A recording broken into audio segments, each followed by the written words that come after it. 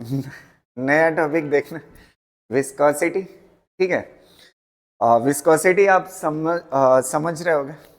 दो फ्लूइड के लेयर्स के बीच में क्या होता है, रेजिस्टिव फोर्स होता है। दोनों लेयर किसकी होनी चाहिए, फ्लूइड की। अगर दो फ्लूइड की लेयर और आपस में रेजिस्टिव फोर्स लगाते हैं, एक दूसरे को रोकने की कोशिश करते हैं, तो इसी रेजिस्टिव फोर्स को क्या बोलते हैं, विस्कोसिटी बोलते हैं। ठीक है, अब अगर दोनों फ्लूइड है तो विस्कोसिटी है। अगर इसमें से एक फ्लूइड है और एक सॉलिड की सरफेस है, इसकी है, ये फ्लूइड है और ये भी क्या है, फ्लूइड है, तो फ्लूइड फ्लूइड की सरफेस, फ्लूइड फ्लूइड के बीच में जो रेजिस्टिव फोर्स होता है उसे विस्कोसिटी बोलते हैं। अगर ये सॉलिड है और ये क्या है, फ्लूइड है ना, तो इसके बीच में जो रेजिस्टिव फोर्स होता है उसे ड्रैग बोलते हैं। क्या बोलते हैं, ड्रैग बोलते हैं। समझ आ रही ना बात। तो खैर विस्कोसिटी इसको दिखाते हैं किससे, ईटर से दिखाते हैं। ठीक है, तो विस्कोसिटी है क्या, बेसिकली फ्लूइड की प्रॉपर्टी है। फ्लूइड की प्रॉपर्टी है, जब एक लेयर दूसरे लेयर पे स्लाइड करती है या चलती है तो क्या करता है, एक लेयर दूसरे लेयर पे रेजिस्टिव फोर्स लगाता है, उसे ही क्या बोलते हैं, विस्कोसिटी बोलते हैं। और विस्कोसिटी कॉम्बिनेशन होता है दो चीज़ों का। इक्वल तो मैं लिख रहा हूँ लेकिन इक्वल नहीं है, बस समझने के लिए लिख रहा हूँ। विस्कोसिटी दो चीज़ों का कॉम्बिनेशन होता है, मोमेंटम, मोमेंटम प्लस इसका होता है, momentum plus cohesive force. Momentum plus cohesive force का कॉम्बिनेशन होता है। कोहेसिव फोर्स आप ऑलरेडी जानते हो। ठीक है, दो सिमिलर मॉलिक्यूल्स के बीच में, ये मान लेते हैं लिक्विड है या कोई फ्लूइड है, सिमिलर मॉलिक्यूल्स के बीच में अट्रैक्शन फोर्स जो होता है उसे क्या बोलते हैं, कोहेसन फोर्स। ठीक है, तो अगर सबसे पहले हम लिक्विड के केस में देखें कि अगर टेम्परेचर बढ़ाते हैं तो विस्कोसिटी पे क्या इफेक्ट पड़ता है। अगर टेम्परेचर आप इंक्रीज करते हो, ठीक है, तो टेम्परेचर इंक्रीज करने से मोमेंटम क्या होगा, इसके मॉलिक्यूल्स तेजी से चलेंगे, तो मोमेंटम क्या होगा, बढ़ेगा, बढ़ेगा, इंक्रीज करेगा। और कोहेसन, कोहेसन इसके बीच में अट्रैक्शन फोर्स है। अगर टेम्परेचर बढ़ा दो तो कोहेसन क्या कर जाएगा, डिक्रीज कर जाएगा। तो अगर मुझे बताना है लिक्विड के केस में टेम्परेचर बढ़ाने पे विस्कोसिटी बढ़ेगी या घटेगी, तो एक पोर्शन बता रहा है इंक्रीज होगी, एक पोर्शन बता रहा है डिक्रीज होगी, तो जो डोमिनेंट होगा वही दिखेगा। ठीक है, तो अगर आप देखोगे गैसेस के कंपैरिजन में लिक्विड में गैपिंग कम होती है। गैपिंग कम होने की वजह से मोमेंटम उतना नहीं बढ़ पाएगा जितना कोहेसन फोर्स, अट्रैक्शन फोर्स कमजोर होगा। तो ये अट्रैक्शन फोर्स ज्यादा कमजोर होगा as compare to momentum increase के। तो ओवरऑल रिजल्ट क्या बता रहा है, विस्कोसिटी क्या कर जाएगी, लिक्विड की डिक्रीज कर जाएगी, लिक्विड की डिक्रीज कर जाएगी। अगर हम गैसेस की बात करें, किसकी बात करें, गैसेस की, गैसेस के केस में क्या होता है, जब आप टेम्परेचर इंक्रीज करोगे तो मोमेंटम तो इंक्रीज करेगा और बल्क में इंक्रीज करेगा, क्योंकि गैसेस के मॉलिक्यूल्स बड़े दूर दूर होते हैं, उनके पास स्पेस है ना चलने का, तो स्पेस है चलने का, तो वो बड़ा ज्यादा अपना मोमेंटम बढ़ा लेंगे। और कोहेसन तो कमजोरी होगा, लेकिन इस बार डोमिनेंट कौन होगा, मोमेंटम। मोमेंटम क्या होगा, डोमिनेंट। तो ओवरऑल अगर मोमेंटम का कैसा है, बढ़ रहा है ना टेम्परेचर बढ़ाने पे, तो विस्कोसिटी क्या हो जाएगी, बढ़ जाएगी। तो गैसेस के केस में विस्कोसिटी टेम्परेचर बढ़ाने पे क्या हो जाती है, बढ़ जाती है। क्लियर रहेगा ना, इसको जल्दी से कॉपी कर लीजिए फिर आगे बात। चलो अगला टॉपिक इसका देखते हैं, इरेज करें, Newton's law of viscosity. Newton's law of viscosity, Newton's law of viscosity. ठीक है, ये देखते हैं क्या होता है। इन्होंने बताया shear stress, shear stress directly proportional होती है रेट ऑफ शियर स्ट्रेन के ना। शियर स्ट्रेस डायरेक्टली प्रोपोर्शनल होती है रेट ऑफ शियर स्ट्रेन के, ठीक है। अब ये वाली चीज अगले चैप्टर, कल जो नया चैप्टर शुरू होगा ना, उसमें ये चीज दिखेगी, दोनों चीज। थोड़ा सा मैं फील के लिए बता देता हूँ, ध्यान से देखना। एक वायर है, फील करना है इस बात को। ये वायर है, ये बंधी हुई है छत। अगर इससे किसी वजन को लटकाया जाए, ये वजन लटकाएंगे आप, तो वजन जब आप लटकाएंगे ना, तो ये जो फोर्स है, फोर्स किस पे लग रहा है बताइए? ये फोर्स है ना, वो सरफेस है, सरफेस से फोर्स ऐसे लग रहा है ना, समझ? तो ये फोर्स पर यूनिट एरिया बताया था ना पहली क्लास फ्लूइड की, फोर्स पर यूनिट एरिया। अगर हाँ, फोर्स पर यूनिट एरिया, स्ट्रेस भी होता है और प्रेशर भी होता है, स्ट्रेस भी होता है और प्रेशर भी होता है, पहली क्लास में बताया था ना, समझ आ रहा है? तो ये वेट जो है वो क्या है? फोर्स है, और किस पे लग रहा है? एरिया पे लग रहा है। तो ये वेट फोर्स हो गया, और जिस एरिया पे लग रहा है, फोर्स डिवाइड बाई एरिया क्या कहलाता है? स्ट्रेस कहलाता है। जब आप स्ट्रेस अप्लाई करोगे तो जानते हैं इसकी लेंथ में वायर के क्या आएगा? चेंज आएगा। लेंथ में जो चेंज आता है उसे बोलते हैं स्ट्रेन। उसे क्या बोलते हैं? स्ट्रेन बोलते हैं। स्ट्रेन मतलब स्ट्रेस की वजह से क्या आता है? स्ट्रेन आता है। समझ पा रहे हैं ना? तो अब देखिए फ्लूइड के लिए मुझे पढ़ना है, तो फ्लूइड का मान लेते हैं, ये फ्लूइड एलिमेंट था ऐसे सरफेस पे, इस तरह से, इस तरह से था फ्लूइड एलिमेंट, ठीक है। ये फ्लूइड एलिमेंट है, फ्लूइड का पार्टिकल कह लीजिए या एलिमेंट कह लीजिए। अगर आप इधर से फोर्स लगाएंगे टेंजेंशियल, ऐसे टेंजेंशियल फोर्स लगाएंगे, तो आप पाएंगे फ्लूइड ऐसे तिरछा हो जाएगा, ऐसे ऐसे हो जाएगा। समझ आ रही ना बात? जब आप, अच्छा ये यहाँ पे कांटेक्ट में है फ्लूइड ना, तो फ्लूइड कांटेक्ट में है, यहाँ पे वेलोसिटी जीरो होगी, ये जाने नहीं देगा। तो ऊपर वाली लेयर ऐसे समझिए प्लेट रखी हुई है, उस प्लेट को खींचेंगे तो थोड़ा सा फ्लूइड किधर फ्लो होगा? आगे की तरफ, तो थोड़ा ये तिरछा हो जाएगा। ये वाला जो एंगल बनता है इसको बोलते हैं डी थीटा, और एंगल के सामने जो ये स्लाइड किया इसे क्या बोलते हैं? डी एक्स, और इसकी थिकनेस जो थी वो कितना थी? D Y. कितना थी? D Y. समझ आ रहा? अच्छा, एंगल इज इक्वल टू क्या होता है? Angle is equal to arc. Arc मतलब एंगल के सामने।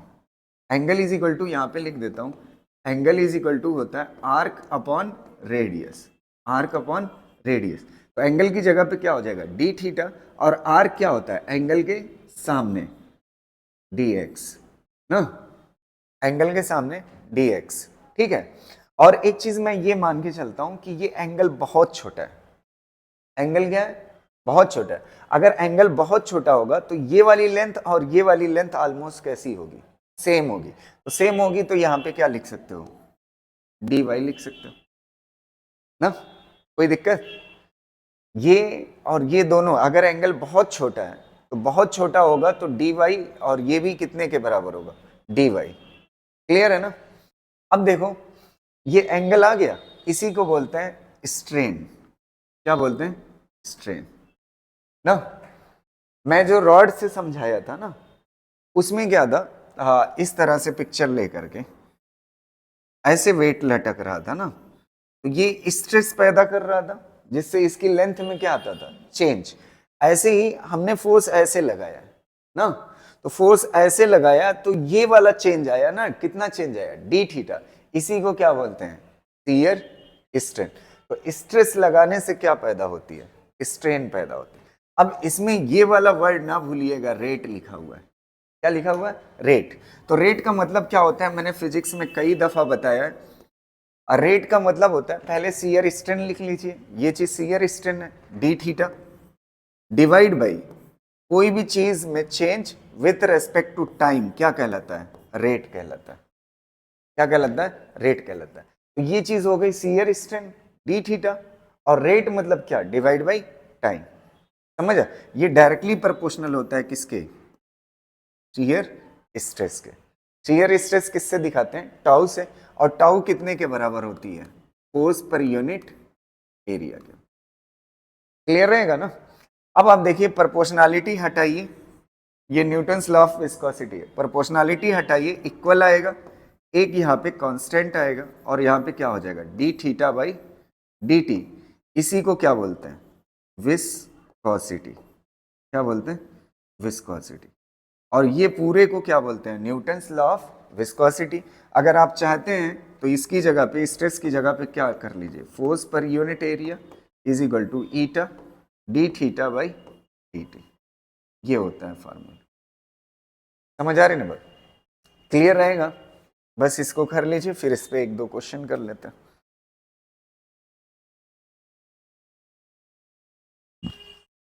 विस्कोसिटी की यूनिट एंड डायमेंशन देख लेते हैं ना, यूनिट और डायमेंशन देखिएगा।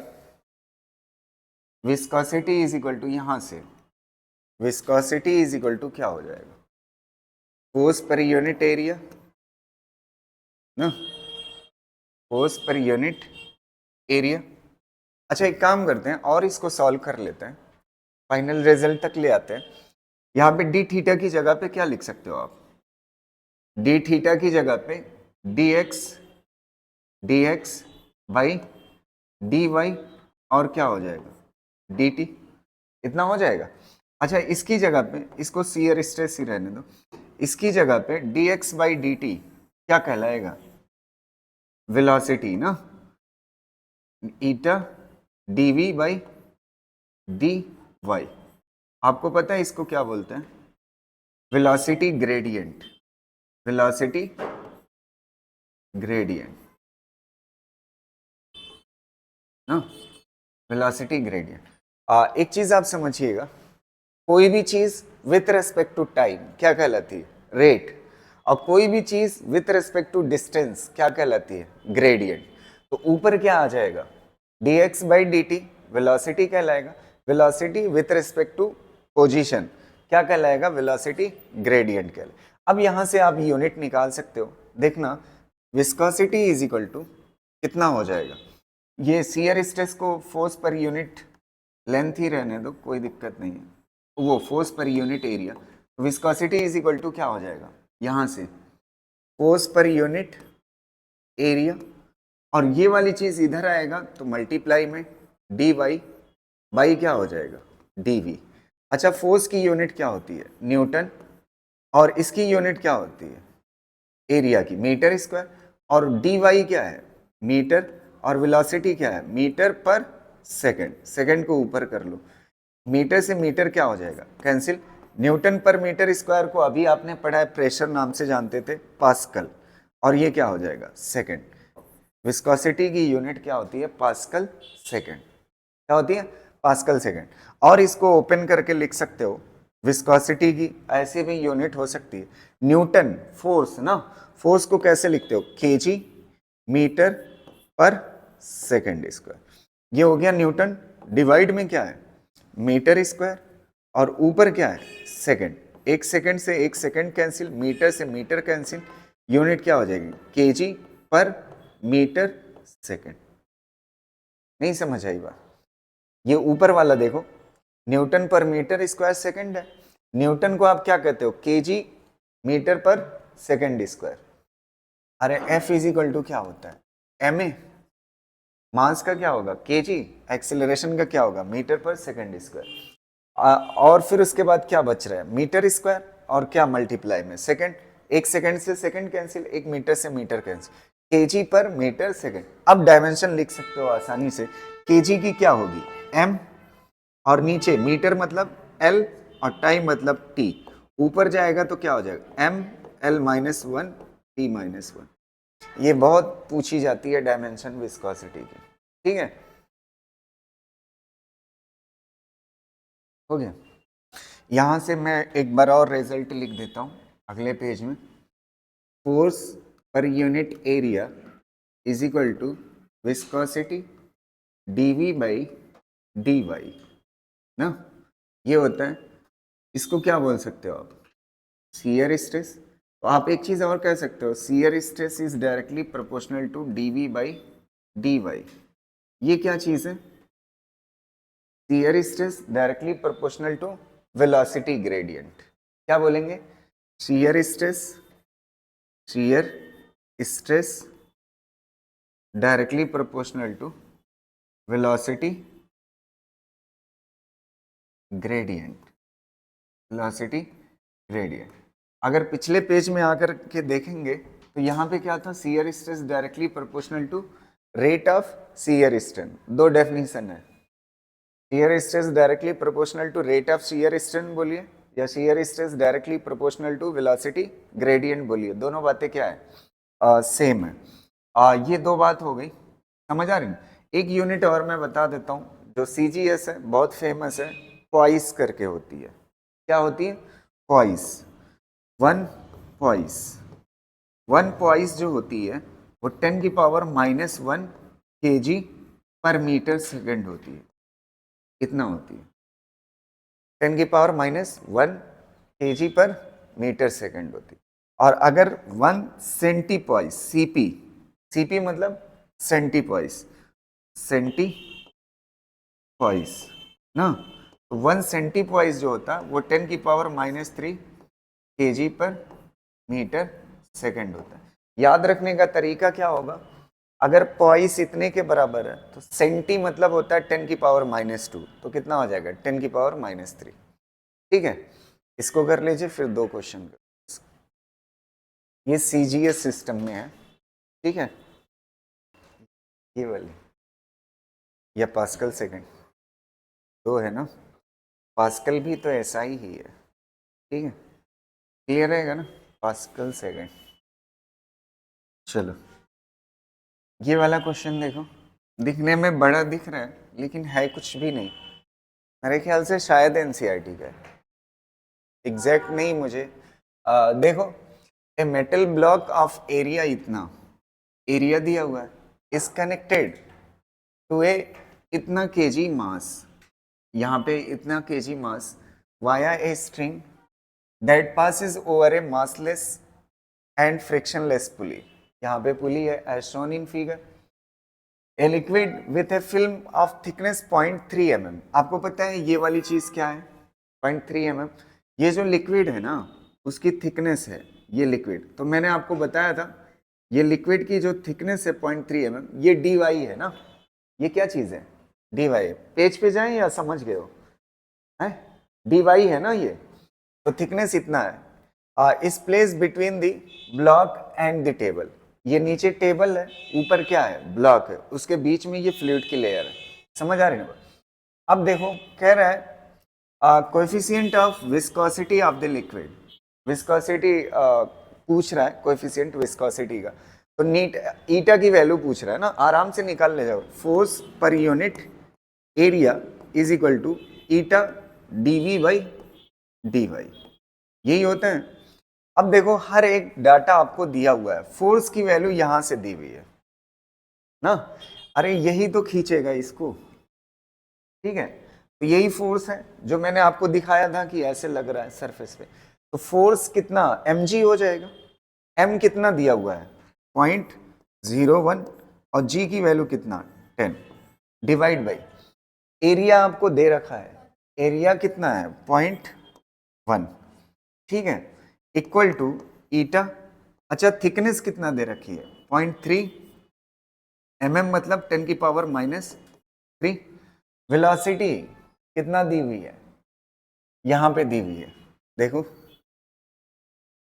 ना, वेलोसिटी कितना दी हुई है 0.085, बस ईटा की वैल्यू आ जाए, बी है ना, हाँ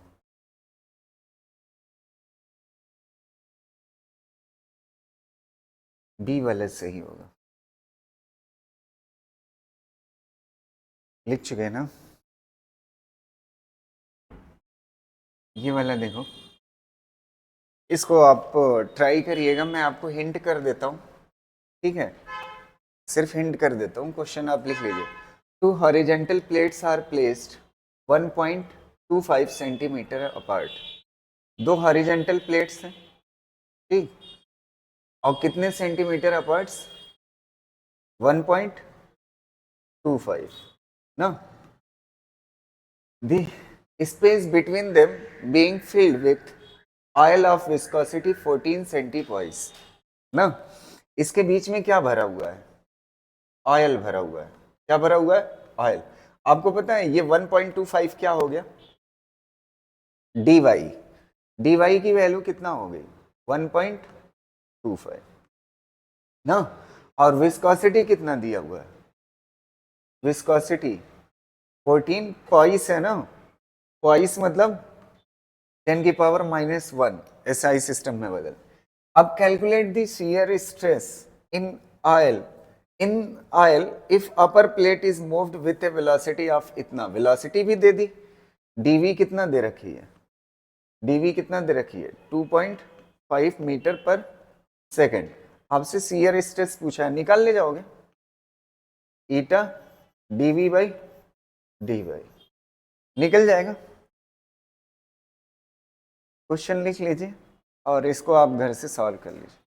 ठीक, आंसर कमेंट करिएगा, बताइएगा।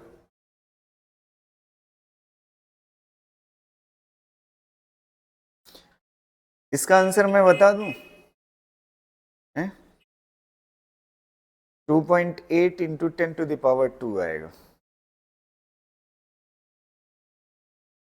है। हाँ 280 है, सही। ये आंसर 280 आएगा, चेक करिएगा। शियर स्ट्रेस है तो ऊपर न्यूटन फोर्स पर यूनिट एरिया। हाँ 280 हो गया। नेक्स्ट करें हैं? चलिए अगला टॉपिक हम करते हैं, क्वेश्चन लिख। हाँ न्यूटन पर मीटर स्क्वायर भैया। चलो इसका एक और इम्पॉर्टेंट टॉपिक, हेडिंग डालिए टर्मिनल वेलोसिटी। इस पे काफी क्वेश्चन आते हैं, ठीक है। टर्मिनल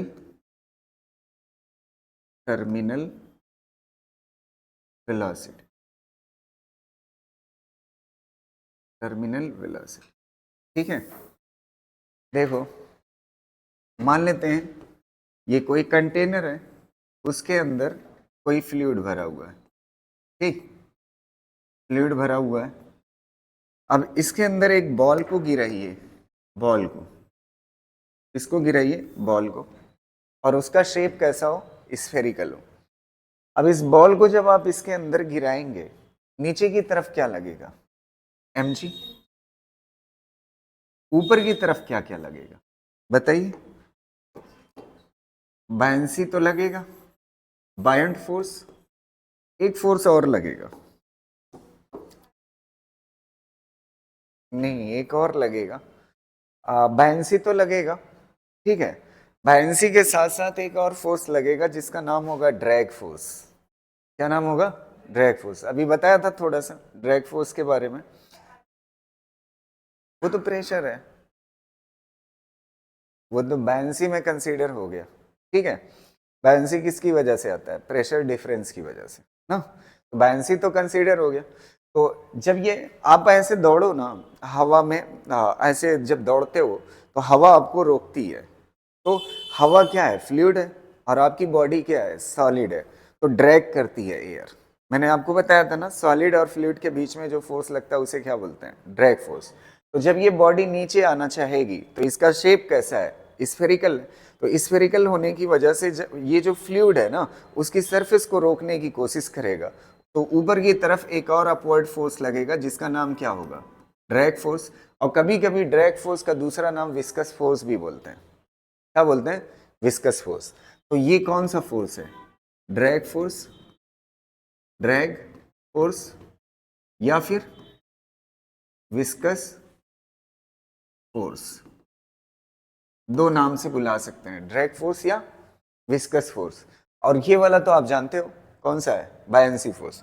अच्छा एक चीज है, देखो ड्रैग फोर्स की खासियत है, इसका सीधा सा फार्मूला बता रहा हूं।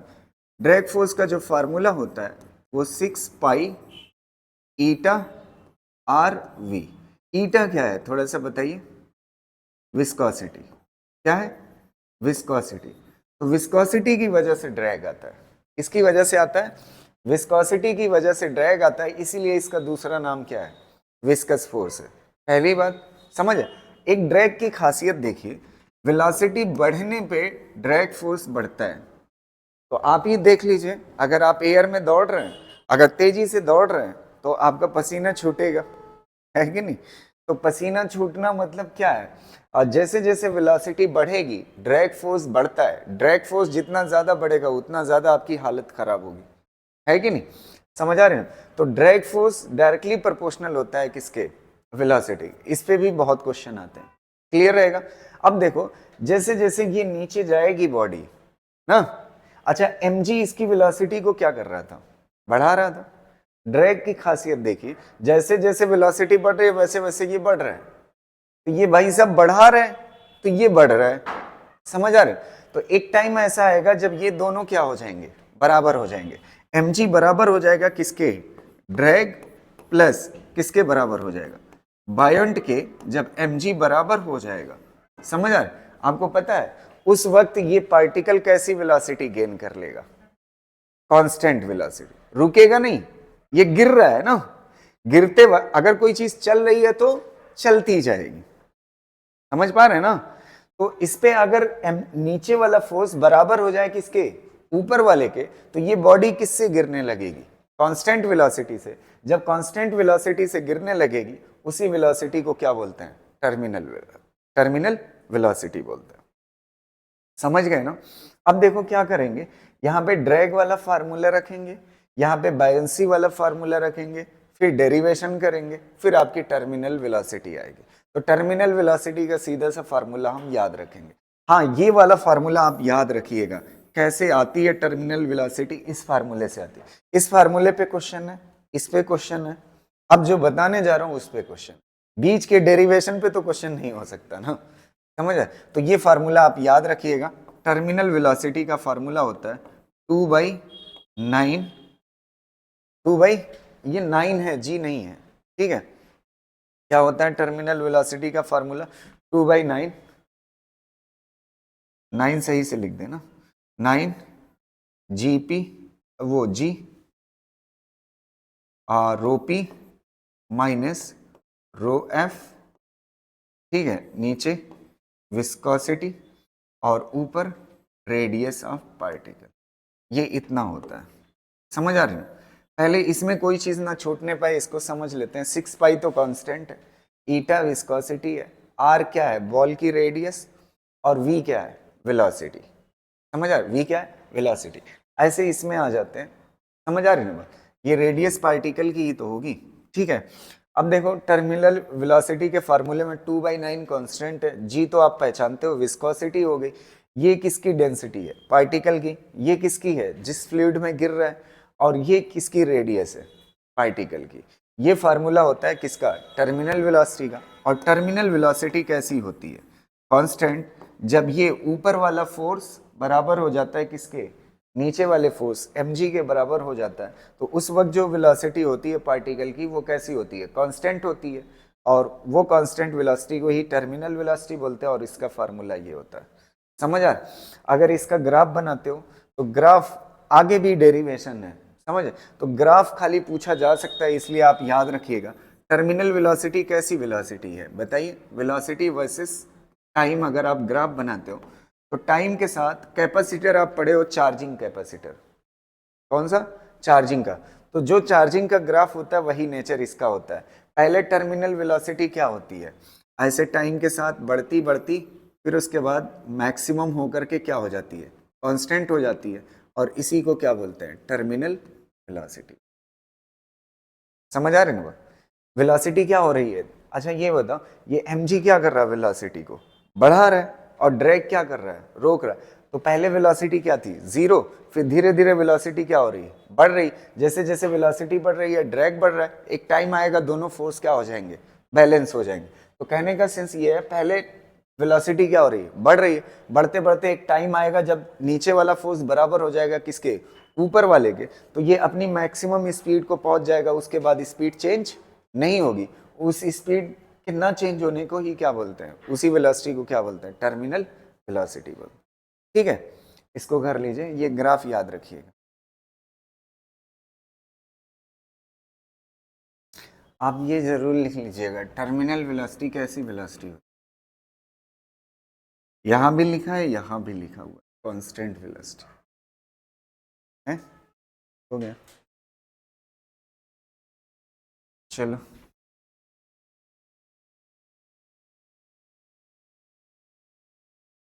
पहला क्वेश्चन मैं इसी पे करा देता हूँ, इस पे ना, इस वाले पे, ड्रैग पे। ठीक, देखिएगा।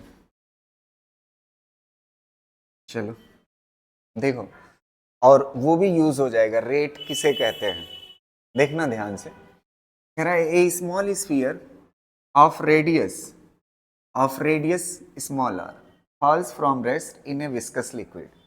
As a result, heat is produced. ना जब बॉल गिर रही थी ना, बॉल गिर रही थी तो क्या प्रोड्यूस होती है, किसकी वजह से? Viscous force. विस्कस फोर्स मतलब drag force. The rate of production of heat, अच्छा वर्ड पढ़िए क्या लिखा हुआ है, रेट। किसका रेट? हीट का। तो हीट का रेट मतलब heat with respect to time. D Q क्या है? हीट है। Heat with respect to time. आपको पता है energy per unit time power कहलाती है। क्या कहलाती है? पावर। अब कहना ये जो पावर है ना, when the sphere attains its terminal velocity is proportional to, ये पावर किसके प्रोपोर्शनल होगी? अब जिसने वर्क एनर्जी पावर पढ़ा है, पावर इज डायरेक्टली प्रोपोर्शनल होता है, पावर इज इक्वल टू होता है एक फार्मूला, फोर्स इनटू वेलोसिटी, याद है? वर्क इज इक्वल टू क्या होता है? Work is equal to force into displacement, displacement divide by time करो तो क्या बन जाता है? वेलोसिटी। और ये क्या दे देता है? पावर दे देता है ना। वर्क डिवाइड बाई टाइम क्या कहलाता है? पावर का। तो बस वहीं से है ना। अब आप बताइए फोर्स का फॉर्मूला क्या होता है? 6 पाई ईटा आर वी इंटू वी ना। अच्छा ये क्या हो जाएगा? वी स्क्वायर हो जाएगा। क्या हो जाएगा? We square. रिलेशन पूछा है पावर का किसके साथ? रेडियस के साथ। अब आप आ जाइए इस पे, जो अभी टर्मिनल वेलोसिटी का फार्मूला पढ़ा है, 2/9 क्या था? R p square g rho p minus rho f divide by eta. अच्छा रेडियस के साथ कैसा रिलेशन है? आर स्क्वायर का ना। वेलोसिटी का रेडियस के साथ आर स्क्वायर, तो यहाँ पे वेलोसिटी का स्क्वायर हो जाएगा ना। तो वेलोसिटी स्क्वायर की जगह पे आर स्क्वायर रख सकते हो। तो आर स्क्वायर का क्या होगा? स्क्वायर, तो आर की पावर कितना हो जाएगा? 4। आर की पावर 4 और ये आर की पावर 1 कितना हो जाएगा? आर की पावर 5। तो power is directly proportional to r की पावर 5। कौन से? बस आंसर हो गया। समझ आ रहा है? अब यही गलती होती है, रेट आपका हिसाब खराब कर देगा। आप हीट समझ लोगे, हीट करोगे तो आएगा नहीं। हीट मतलब एनर्जी समझोगे, समझ आ रही ना? तो गड़बड़ हो जाएगा हमसे। समझ आई बात? पावर पूछा था, रेट, हीट का rate, heat divide by time क्या कहलाता है? Power. Power is equal to force into velocity. Force का फॉर्मूला ड्रैग का ये होता है और वेलोसिटी स्क्वायर बन जाएगा। ठीक है, ठीक। अब देखो एक क्वेश्चन इस पे करा देता हूँ। ये वाली बात हमने देखी थी, मैंने बोला था इस पे भी न्यूमेरिकल है। ड्रैग प्लस बायोन, ड्रैग बोलिए या विस्कस बोलिए, is equal to m g. इस पे देखते हैं क्वेश्चन।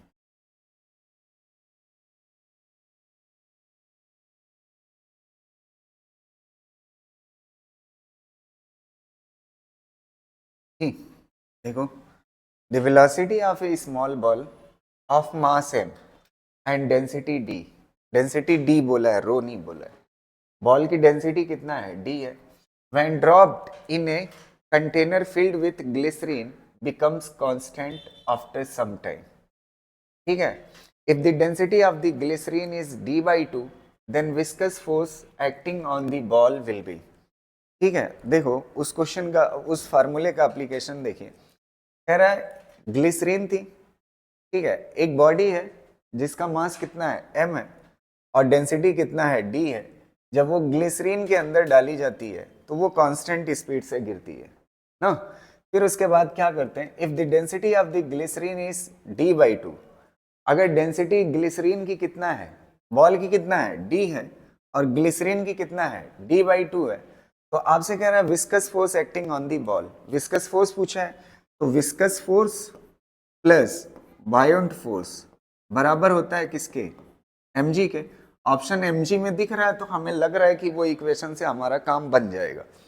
अब देखिएगा यही पूछ रहा है, इसको छोड़ दीजिए। बायोंट फोर्स आप पहले से ही जानते हो, बायोंट फोर्स किसकी प्रॉपर्टी होती है, फ्लूइड की, और फार्मूला क्या होता है, रो वी जी, और ये डेंसिटी किसकी होती है, फ्लूइड की।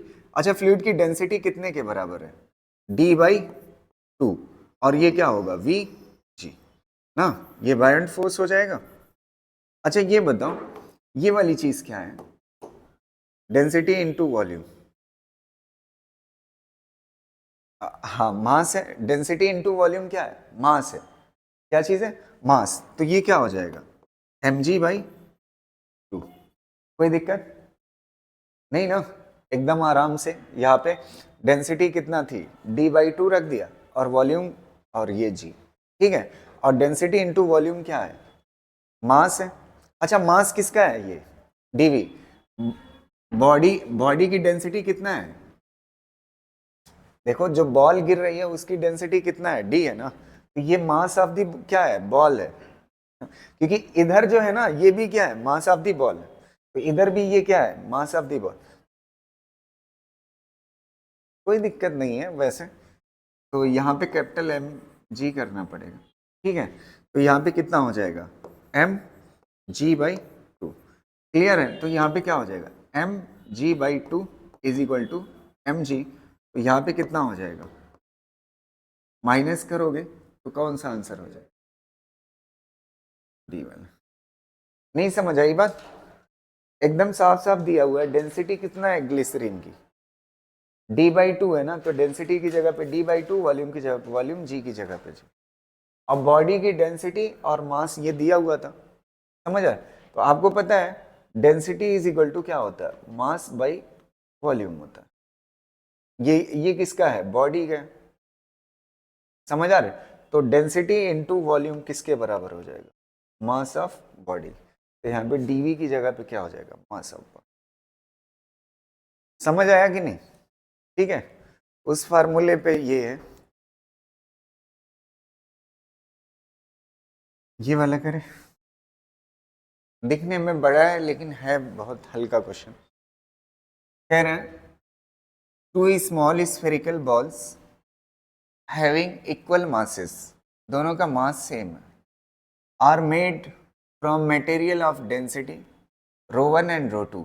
एक की डेंसिटी ρ1 है और दूसरे की कितना है, ρ2 है, और ρ1 की वैल्यू दे रखा है 8 टाइम्स ऑफ ρ2, ये पूरा ρ2 है, 8 टाइम्स ऑफ ρ2, ठीक है। ρ1 कितना टाइम्स है, 8 टाइम्स है।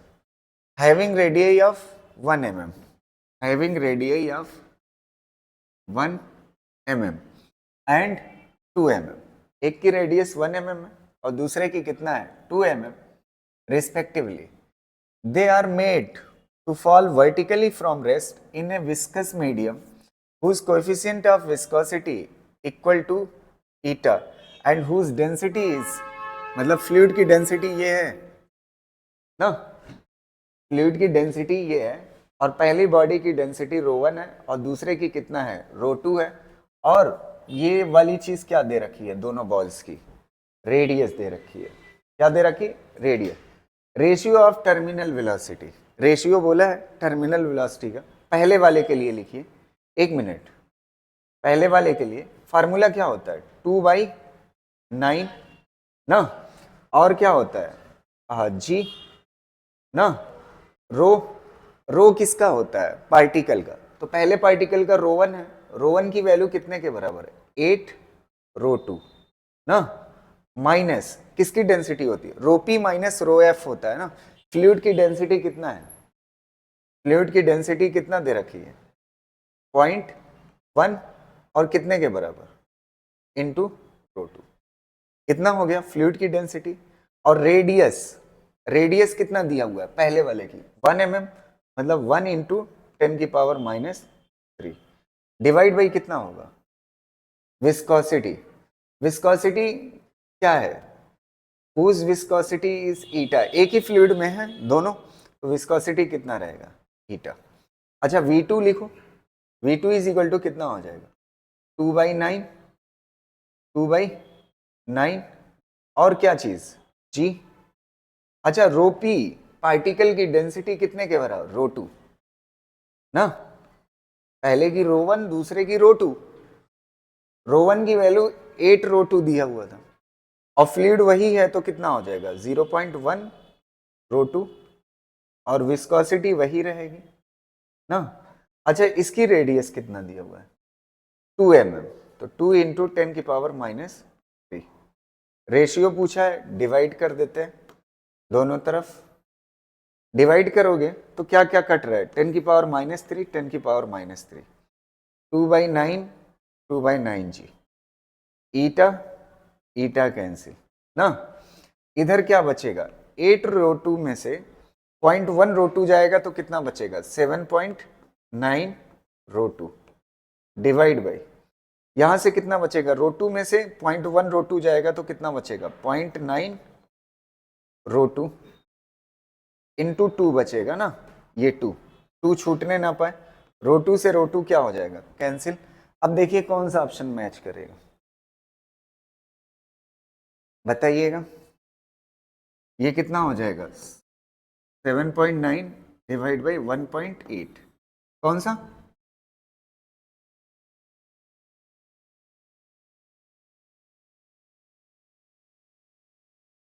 अच्छा हाँ यहाँ पे रेडियस का स्क्वायर है ना, तो 2 2 सा कितना हो जाएगा, रेडियस का स्क्वायर है ना, रेडियस का इसको यहाँ पे गड़बड़ कर दी, स्क्वायर लगा के करना, ठीक है,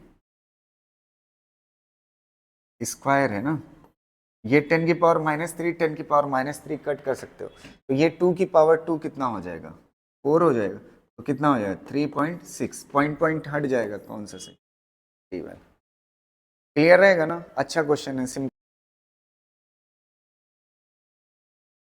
ये वाला क्वेश्चन देखिए, a small spherical ball of radius r falling through a viscous medium of negligible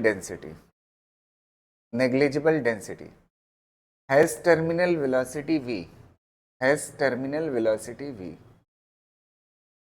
Another ball of same mass but of radius 2r falling through the same viscous medium will have terminal velocity.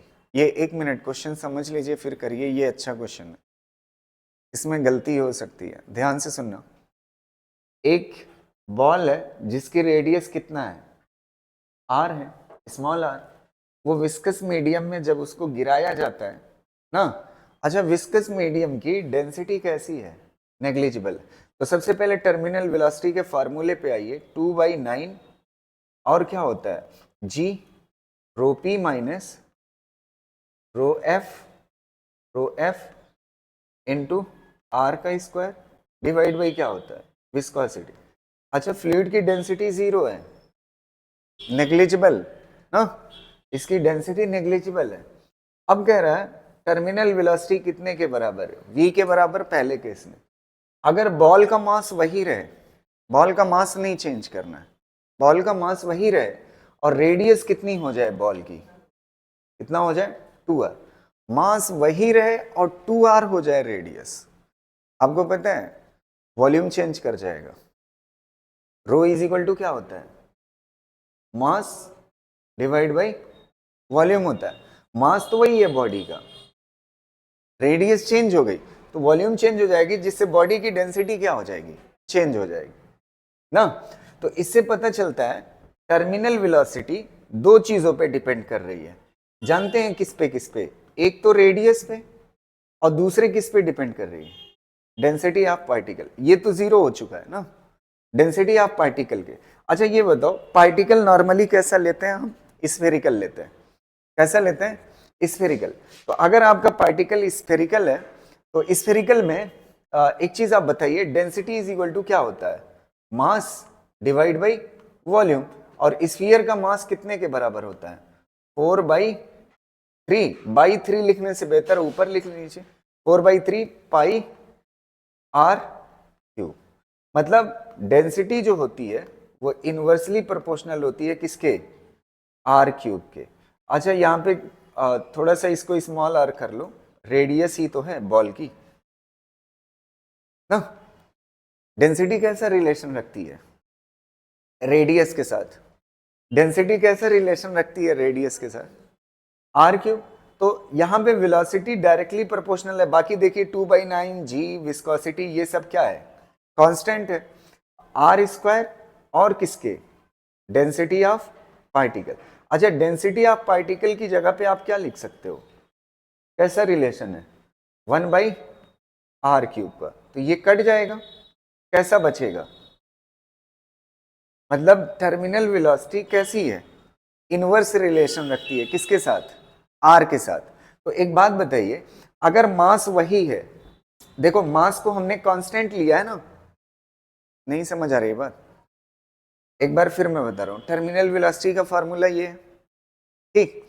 इसमें बोला है fluid की density लगभग कैसी है, negligible. Fluid की density निकाल दिया, अब बचा क्या, डेंसिटी ऑफ पार्टिकल और रेडियस का स्क्वायर, बाकी चीजें क्या है, कांस्टेंट।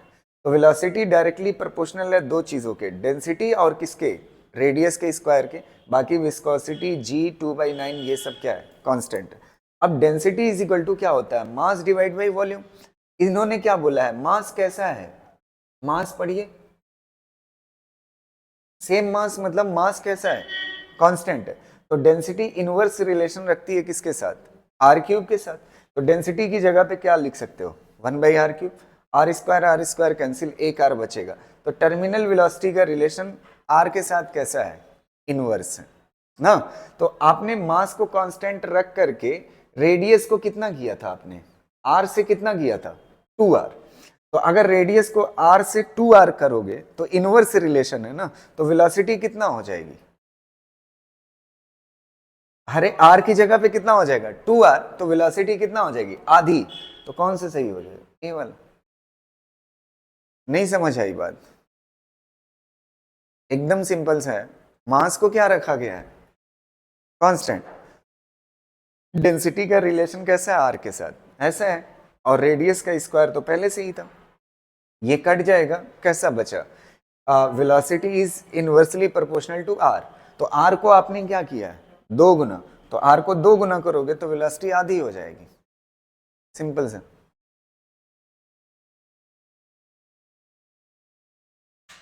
ये वाला क्वेश्चन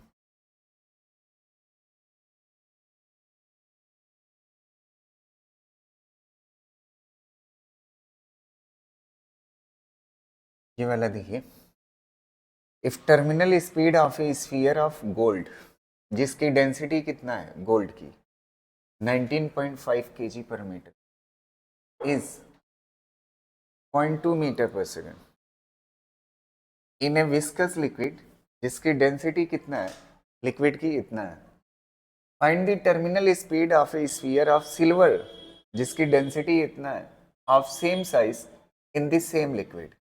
ये दो वर्ड आपका इंपॉर्टेंट है, सेम साइज सेम लिक्विड, मतलब डेंसिटी सेम और रेडियस सेम।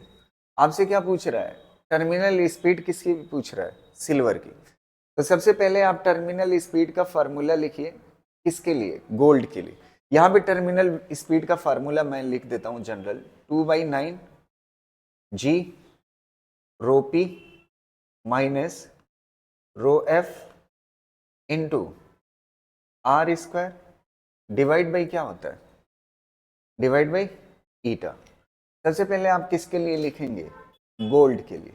गोल्ड के लिए लिखिए, V की वैल्यू कितना दी हुई है, 0.2।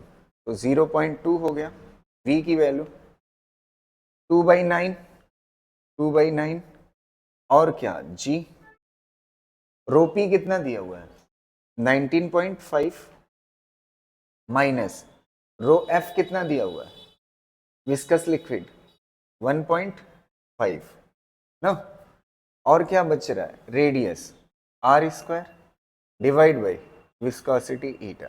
अच्छा ये दो चीजें सेम है, देखिए सेम साइज सेम लिक्विड। तो सेम साइज मतलब रेडियस क्या होगी दोनों के लिए सेम, और विस्कोसिटी क्या होगी सेम। अब आ जाते हैं दूसरे वाले के लिए, इसके लिए सिल्वर के लिए लिखते हैं। सिल्वर के लिए वेलोसिटी पता करना है 2/9 और कितना होगा g, और सिल्वर की रोपी की वैल्यू कितना है 10.5 माइनस फ्लूइड की कितना है 1.5 रेडियस स्क्वायर डिवाइड बाई कितना हो जाएगा ईटा। अब कुछ कट रहे हैं, डिवाइड कर लो दोनों को, ईटा ईटा कैंसिल, आर स्क्वायर कैंसिल, ये कैंसिल ना, कौन सा सी ऑप्शन आएगा। हाँ देख लेते हैं ये कितना आएगा 9 हो जाएगा, और ये 18, तो 1/2,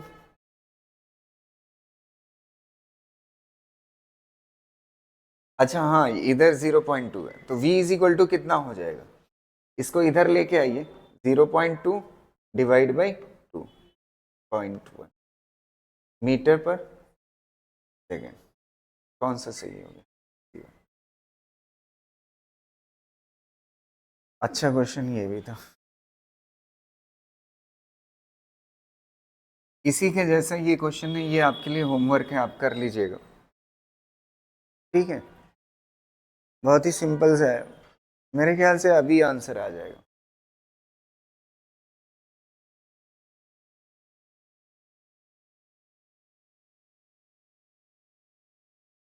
रेडियस और स्पीड का क्वेश्चन है, एकदम पिछले जैसे है, हाँ सही है, ए वाला सही है, ठीक है, इसको ट्राई कर लीजिएगा, एकदम सिंपल है, ये वाला आंसर है, ठीक। टर्मिनल वेलोसिटी का फार्मूला खाली रखना है, v डायरेक्टली प्रोपोर्शनल होता है किसके, बस यहीं से करना है, ठीक है, कर ले जाओगे हैं,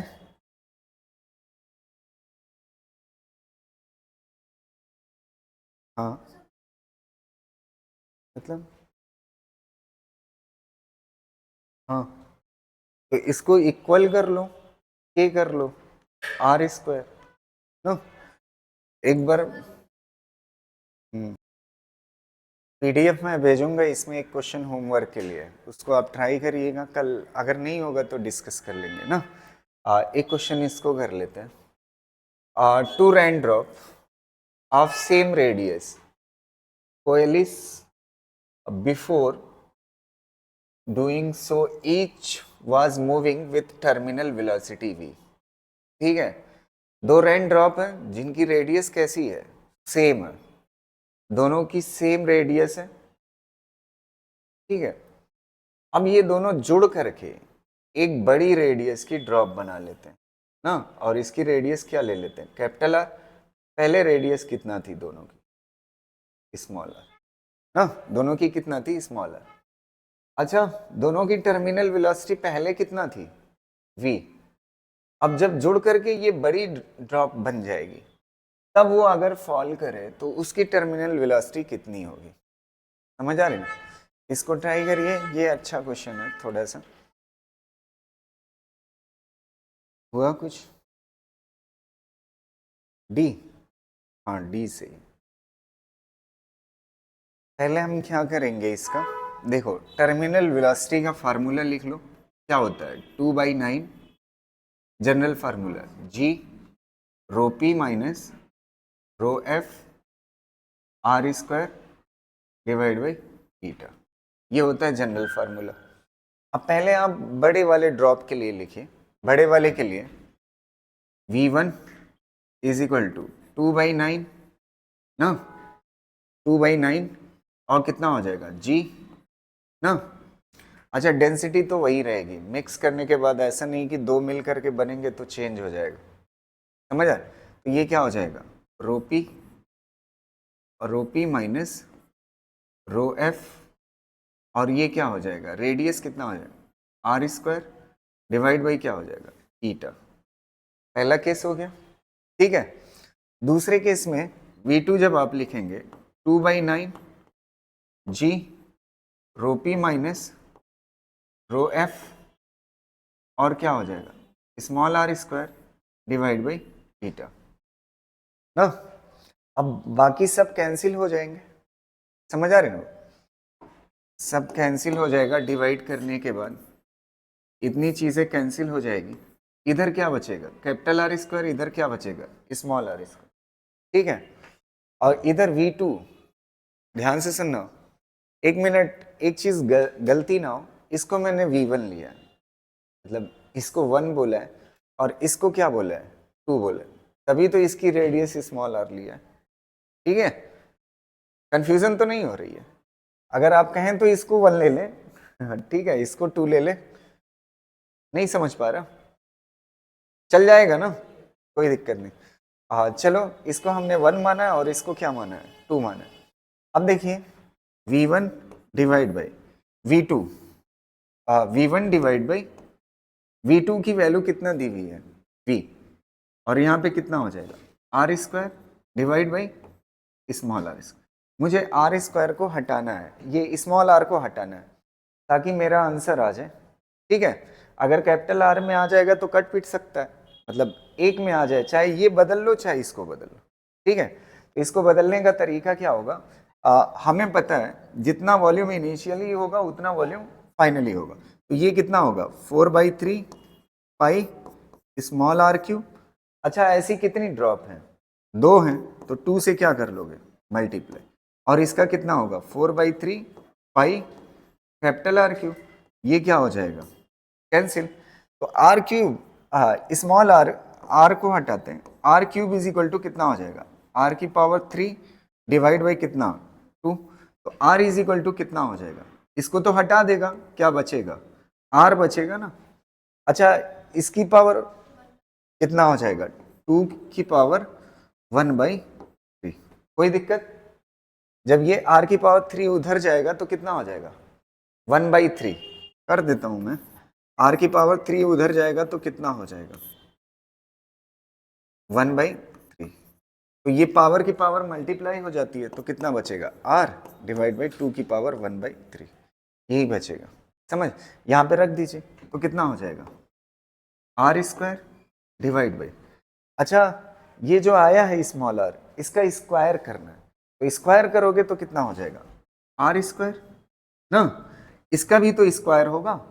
अच्छा, पावर की पावर, जैसे इसका स्क्वायर करोगे 2 की पावर कितना है, 1/3 का स्क्वायर, तो पावर की पावर क्या हो जाती है, मल्टीप्लाई, तो कितना हो जाएगा 2 की पावर 2 बाई, ये क्या हो जाएगा, कैंसिल, ऊपर कितना हो जाएगा 2 की पावर 2/3, ये v उधर जाएगा तो कौन सा ऑप्शन,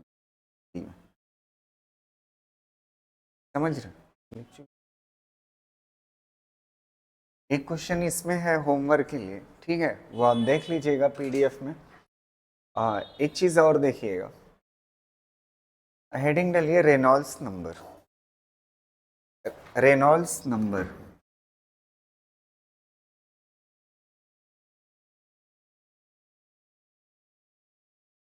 रेनॉल्ड्स नंबर, ठीक है।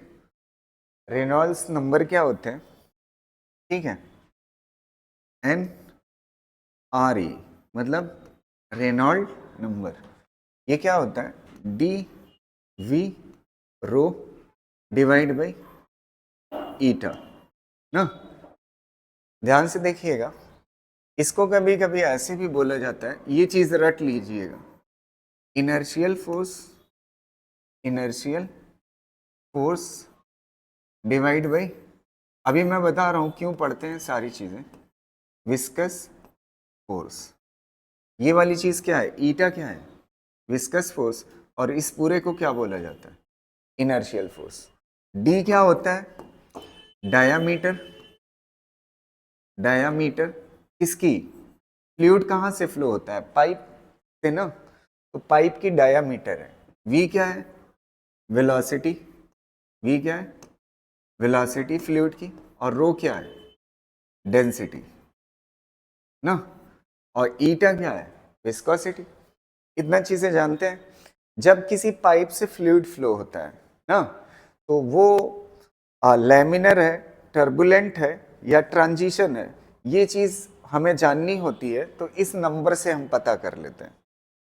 इस नंबर से हमें क्या पता चलता है कि फ्लूइड लैमिनर है या फ्लूइड टर्बुलेंट है या फ्लूइड ट्रांजिशन स्टेट में। मैंने आपको दोनों चीजें बताई थी।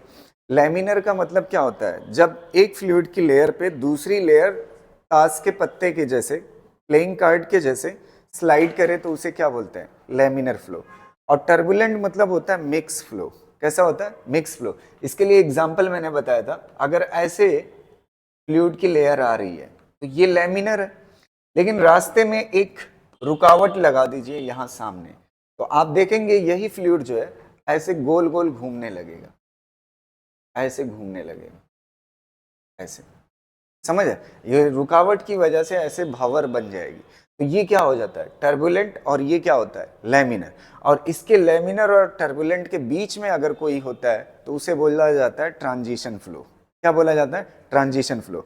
तो रेनॉल्ड नंबर किस काम में आता है, लैमिनर, टर्बुलेंट और ट्रांजिशन फ्लो जानने के लिए। अगर ये डीवी रोड, डी क्या है, डायामीटर जिस पाइप से फ्लो हो रहा है, वी क्या है, वेलोसिटी फ्लूइड की, रो क्या है, डेंसिटी है, न्यू क्या है, विस्कोसिटी है। अगर ये तीनों चीजें रखने के बाद अगर रेनॉल्ड नंबर 1000 से कम आ गया, कितना आ गया, 1000 से कम, तो उस फ्लो को बोला जाता है लैमिनर फ्लो। क्या बोला जाता है, लैमिनर फ्लो। और अगर आपका रेनॉल्ड नंबर, एनआरई की वैल्यू 2000 से ज्यादा आ गई, कितने से, 2000 से ज्यादा, तब बोला जाता है टर्बुलेंट फ्लो, टर्बुलेंट फ्लो ना। और अगर इनके बीच में है रेनॉल्ड नंबर की वैल्यू ना, कितने से, 1000 से लेकर के, 1000 से लेकर के किसके बीच में है, 2000 के बीच में है, तो इसे बोला जाता है ट्रांजिशन फ्लो। क्या बोला जाता है, ट्रांजिशन फ्लो। समझ गए ना, ट्रांजिशन फ्लो। ठीक है, ये रेनॉल्ड नंबर हमें बताता है कि फ्लो किस तरह का है, लैमिनर है, ट्रांजिशन। अच्छा एक बात बताओ, देखो अगर विस्कोसिटी ज्यादा होगी तो रेनॉल्ड नंबर क्या होगा, कम होगा। विस्कोसिटी ज्यादा होगी तो फ्लूइड की एक लेयर दूसरे लेयर पे क्या करेगी, स्लाइड करेगी। अगर फ्लूइड हल्का होगा, हल्का होगा, विस्कोसिटी कम होगी, विस्कोसिटी कम होगी तो टर्बुलेंट बनने के ज्यादा चांसेस। समझ है। और वेलोसिटी ज्यादा होगी तो एनआरई की वैल्यू ज्यादा होगी टर्बुलेंट होने के। तो ये रिलेशन है, आप याद रखिए। ठीक,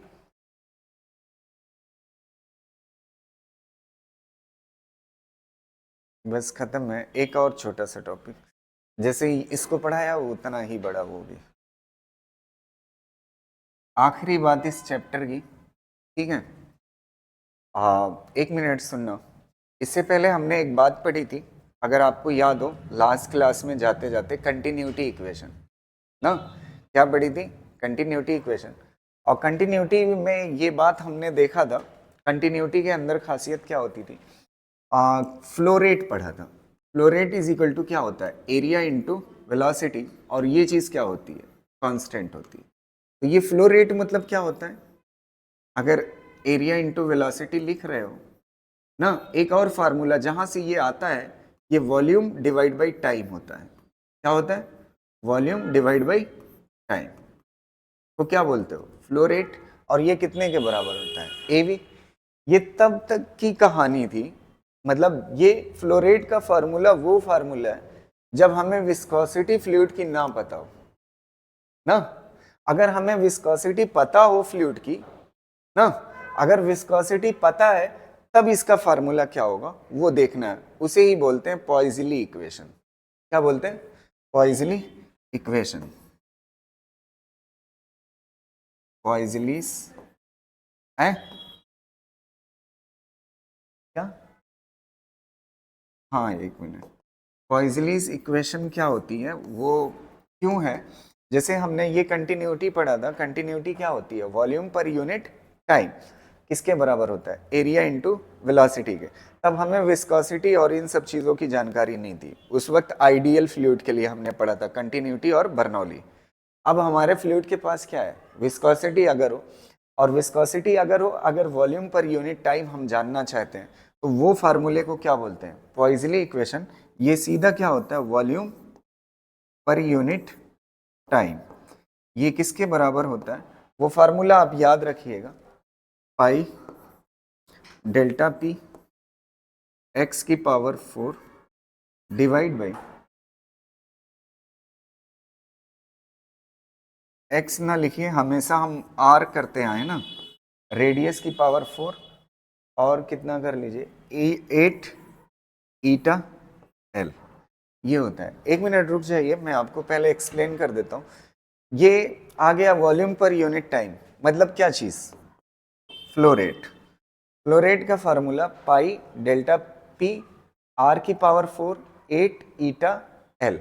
अब देखिए ये ट्यूब है ना, ये ट्यूब है, इस ट्यूब से फ्लूइड क्या कर रहा है, फ्लो कर रहा है ना, इस ट्यूब से फ्लो कर रहा है। इसकी लेंथ कितने के बराबर है, एल के बराबर, और इसकी रेडियस कितने के बराबर है, रेडियस कितने के बराबर, आर के बराबर। तो ये हो गया रेडियस और ये हो गई लेंथ, दो चीजें हो गई। ईटा क्या है, विस्कोसिटी, पाई और 8 क्या है, कांस्टेंट, बचा क्या, डेल्टा पी, प्रेशर डिफरेंस। यहाँ पे प्रेशर P1 मान लो और यहाँ पे प्रेशर क्या, P2। इन दो इंट्स के बीच में जो प्रेशर डिफरेंस है उसे क्या बोलते हैं, डेल्टा पी। अब देखिए ये क्या बताएगा, थोड़ा सा फील करिएगा। इसको डेल्टा पी को ऊपर रहने दो और इसको नीचे ले आओ, तो क्या हो जाएगा 8 ईटा एल डिवाइड बाई क्या हो जाएगा, पाई आर की पावर 4। इतना जो हिस्सा है, इतना, इसको अगर आप इलेक्ट्रोस्टैट से कंपैरिजन करेंगे तो ये रेजिस्टेंस के बराबर है। किसके बराबर है, रेजिस्टेंस के बराबर। अच्छा ये बताओ, जब इलेक्ट्रोस्टैट में ओम्स लॉ पढ़ा था, आई इज इक्वल टू क्या होता था, delta v divide by r होता था ना। तो चार्जेस की करंट जो होती थी वो किसकी वजह से चलती थी, पोटेंशियल डिफरेंस की। ऐसे ही ये Q जो है ये फ्लूइड की करंट है, किसकी है, फ्लूइड की। फ्लूइड की करंट कब होती है, जब क्या होता है, प्रेशर डिफरेंस, जब क्या होता है, प्रेशर डिफरेंस। यही पॉइजली इक्वेशन है। इलेक्ट्रिक करंट किसकी वजह से होती है, इलेक्ट्रिसिटी में हमने पढ़ा था ना ओम्स लॉ में, पोटेंशियल डिफरेंस की वजह से क्या होती है, इलेक्ट्रिक करंट। ऐसे ही प्रेशर डिफरेंस की वजह से क्या होती है, फ्लूइड करंट या वॉल्यूमेट्रिक फ्लो रेट, बोलिए फ्लूइड करंट या वॉल्यूमेट्रिक फ्लो रेट। और इसका formula delta p by r होता है, और इसे ही क्या बोलते हैं, पॉइजली इक्वेशन। लेकिन आप पूरा याद रखिएगा, आर किसकी जगह पे है, 8 eta l divide by pi r की पावर 4। ठीक हो गया, हाँ देख लेना लास्ट में जाते वक्त, ठीक है। मैं कोई टॉपिक छोड़ना नहीं चाहता कि आ जाए तो फिर फंस जाए मामला, है कि नहीं। नेट में कभी आया नहीं है, लेकिन और एग्जाम में आया हुआ है, ठीक है। कहीं ना कहीं उसको करंट इलेक्ट्रिसिटी को रिलेट करता है, तो एक बार फार्मूला देखा रहे बस, ऐसा ना लगे कि नहीं देखा हो। टफ लग रहा है ये है। नहीं, इनकी एक वो बना रखी है पेपर में, कुछ चैप्टर्स के ऐसी चीज़ें हैं जो आती नहीं है, समझ रहे हैं, उसको ऐसे पेपर में अलग से रखिए, हफ्ते में एक दिन देख लिया करिए, ठीक है, तो इसी बहाने याद रह जाएगा, ठीक है। तो फ्लूइड इसी के साथ कंप्लीट, एक क्वेश्चन इसके अंदर है, आप उसको होमवर्क कर लीजिएगा, नहीं आएगा तो पूछिएगा। बाकी कल नया chapter, mechanical property of solid. ठीक, ठीक है, थैंक यू।